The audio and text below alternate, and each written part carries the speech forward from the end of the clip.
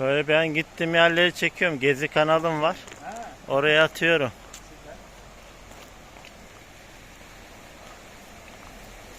Ahmet abiyi de çek.